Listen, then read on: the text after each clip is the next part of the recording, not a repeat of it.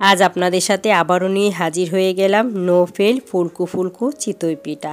রাস্তার পাশের মামা খালাদের মতো পিঠা হবে, একটা পিঠাও কিন্তু আপনার নষ্ট হবে না।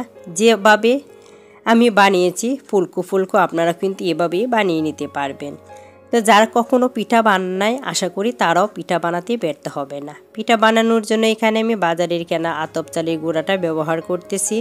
আমি এখানে মেজারমেন্ট কাপ দিয়ে 2 কাপ নিয়ে নিয়েছি আর দিয়ে দিব সাথে লবণ। তো চেষ্টা করবেন যে কাপটা ব্যবহার করবেন চালের গুঁড়াতে ঠিক সেই কাপটা দিয়ে পানিটাও দিয়ে দিবেন, তাহলে একটা পারফেক্ট মেজারমেন্টে পিঠাটা বানিয়ে নিতে পারবেন। আপনার পিঠাটাও হবে একেবারে ফুলকো ফুলকো। তো কতটুকু পানি লেগেছে সেটা আমি পানি ব্যবহার করতে করতে আপনাদের বলে দিব। তো এখানে আমি লবণটা দিয়ে একটু মাখিয়ে এরপর 1 কাপ হালকা কুসুম গরম পানি দিয়ে দিয়েছি। আর একটু কুসুম গরম পানি দিয়ে মাখিয়ে এরপর আবারও আরেক কাপ পানি এখানে আমি দিয়ে দিয়েছি। এই পানিটা হচ্ছে এমন গরম যে হাতে ধরা যাবে, এরকম কুসুম গরম। অবশ্যই এরকম গরমটাই নেবেন যাতে সহনীয় অবস্থায় থাকে, হাতে এটাকে ধরতে পারেন। তো এই পর্যায়ে দেখেন আমি 2 কাপ পানি দিয়ে এটাকে ভালো করে কুচলিয়ে নরম করে নিয়েছি। আর যেহেতু এটা আতপ চালের গুঁড়া একটু শুকনো, তাই এটাকে ভালো করে কুচলিয়ে মাখিয়ে এরপর রেস্টে রেখে দিতে হবে। আমার হাতে সময় কম ছিল তাই এটাকে আমি 30 মিনিট রেখে দিয়েছিলাম। আপনার চাইলে এটা 1 ঘন্টা পর্যন্ত রাখতে পারেন। তো এখন এটাকে আমি রেখে দিব আধা ঘন্টার জন্য। আর এখন আমি চলে আসলাম 30 মিনিট পর। 30 মিনিট পর কিন্তু আমার চালের গুঁড়াটা অনেক বেশি নরম হয়ে গিয়েছে। তো এই পর্যায়ে আমি একটু দেখিয়ে দিচ্ছি। আর এখন আমি এখানে অ্যাড করে দিব হাফ চা চামচ বেকিং পাউডার। 2 কাপ চালের গুঁড়ার সাথে আমি এখানে হাফ চা চামচ বেকিং পাউডার ব্যবহার করেছি। আপনারা সেই পরিমাণ অনুযায়ী অ্যাড করে নেবেন যতটুকু বানাবেন। এখন পাউডারটা দিয়ে আমি ভালো করে কষলিয়ে নিচ্ছি। আর এই পর্যায়ে কিন্তু যত ভালো করে কষলিয়ে এবং মুতে নেবেন আপনার পিঠাগুলো কিন্তু তত বেশি ফুলকো হবে। তো আমি এখন পুরো কাজটা আপনাদের দেখিয়ে দিচ্ছি, একটু দ্রুততার সঙ্গে দেখিয়ে দিচ্ছি যে আমি এটা কিভাবে কষলিয়ে নিয়েছি। তো আপনারাও কিন্তু এটাকে এভাবে 5-7 মিনিট ভালো করে কষলিয়ে নেবেন।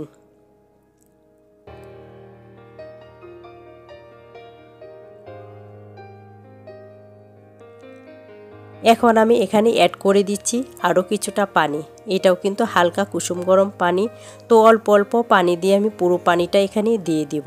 আর আমার পিঠা বানাতে পুরো পানি লেগেছে 3 কাপ। তো আপনাদেরও কিন্তু 3 কাপই লাগবে। অবশ্যই যে কাপটা দিয়ে চাল দিবেন সেই কাপটা দিয়ে 3 কাপ পানি ব্যবহার করবেন। তো এখন একটু দেখিয়ে দিচ্ছি ব্যাটারটা। তো ব্যাটারটা কিন্তু অনেক বেশি পাতলা হয়েছে, একেবারে কিন্তু আমার নেলটা দেখা যাচ্ছে। হাতে কিন্তু এটা লেখে থাকবে না, দেখে নিশ্চয়ই আপনারা বুঝে গিয়েছেন যে ব্যাটারটা কেমন হয়েছে। তো এখন আমি চলে যাব পিঠাগুলো বানাতে। আমি আগে থেকে একটা চুলায় কড়াই বসিয়ে রেখেছি আর চুলাটাকে মিডিয়াম করে রেখেছি। আর চুলাটাকে মিডিয়াম করে কিন্তু প্রত্যেকটা পিঠা আমি বানিয়ে নিব। চুলাটাকে কিন্তু বাড়ানো বা কমানো যাবে না, একই পর্যায়ে রেখে কিন্তু পিঠাগুলি বানিয়ে নিতে হবে। প্রত্যেকটা পিঠা দেওয়ার সময় ব্যাটারটা বারবার নাড়িয়ে দিতে হবে। ভালো করে নাড়িয়ে চাড়িয়ে এরপর পিঠাগুলো দিয়ে দিবেন, তাহলে দেখবেন যে আপনার পিঠাগুলো আলহামদুলিল্লাহ আমার মতো এরকম ফুলকো ফুলকো হবে। এখন একটু ডেকে দিয়েছি আর একটা পিঠা হতে আমার সময় লেগেছে 1.5 মিনিট। তো আপনাদের একটু কম বেশি হতে পারে, কিন্তু 1.5 থেকে 2 মিনিটে দেখবেন যে পিঠা বানিয়ে নিতে পারবেন। তো প্রথম পিঠাটা দেখেন কেমন হয়েছে। তো আমি কিন্তু কয়েকটা পিঠাই আপনাদের দেখিয়ে দিব যে আমার পিঠাগুলো কতটুকু পারফেক্ট হয়েছে। এখন আমি এখানে আরেকটা পিঠা দিয়ে দিচ্ছি। আর অবশ্যই প্রতিবারে কিন্তু নাড়িয়ে দিতে হবে। তো আরেকটা পিঠা দিয়ে এখন আমি ডেকে দিব আর আবারও দেখিয়ে দিব। তো দেখেন এই পিঠাটা কতটুকু ফুলকো হয়েছে। তো আশা করি নিশ্চয়ই বুঝতে পেরেছেন। তো এইভাবে বাসায় কিন্তু আপনারা ট্রাই করবেন। আর এই পিঠাটি কিন্তু আপনারা চাইলে যে কোনো ভর্তা, মাংস বা এটা গুড় বা মধু দিয়েও কিন্তু আপনারা পরিবেশন করতে পারেন। তো দেখেন আমার প্রত্যেকটা পিঠায় আলহামদুলিল্লাহ একেবারে ফুলকো ফুলকো হয়েছে। আর পিছনের সাইডটাও কিন্তু পুড়ে যায় নাই, সেটাও আমি আপনাদের দেখিয়ে দিব। তো দেখেন প্রত্যেকটা পিঠাই মাশাআল্লাহ কেমন হয়েছে। আশা করি ভিডিওটা আপনাদের কাছে ভালো লেগেছে। আর যদি ভিডিওটা ভালো লাগে অবশ্যই চ্যানেলটা সাবস্ক্রাইব করে পাশেই থেকে যাবেন।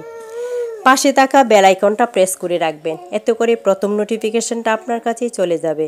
ভিডিওটা যখন আবারও দেখতে চাইবেন খুব সহজে ভিডিওটা দেখে নিতে পারবেন। তো দেখেন আমি কিন্তু পিঠার পিছনের সাইডটাও দেখিয়ে দিয়েছি, আর এখন একটা পিঠা ভেঙেও দেখিয়ে দিচ্ছি। তো দেখেন আলহামদুলিল্লাহ প্রত্যেকটা পিঠাই কিন্তু সেম হয়েছে। তো ভালো থাকবেন, দেখা হবে অন্য কোনো ভিডিওতে। আল্লাহ হাফেজ।